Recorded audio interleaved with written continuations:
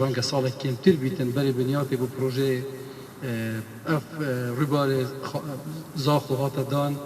نکرد بینن تقریبا یه خلاص بود سر خلاص بونه و راستی اوجه خوشحالیه که تویرش داولیره و حتی چیه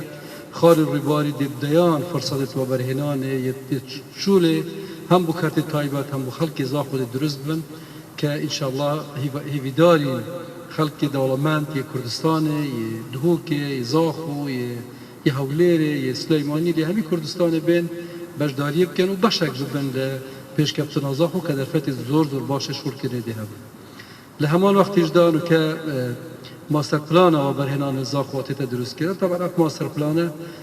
هاریکاریا برای برایسکا گودار شیخو و طبعا برزامندی و رنمایی جناب سرک وزیران کاک مسئول بارزانی تنها زاخو تیت چکرن که او ماستر پلان و برهنان انشالله شارد دیگر ل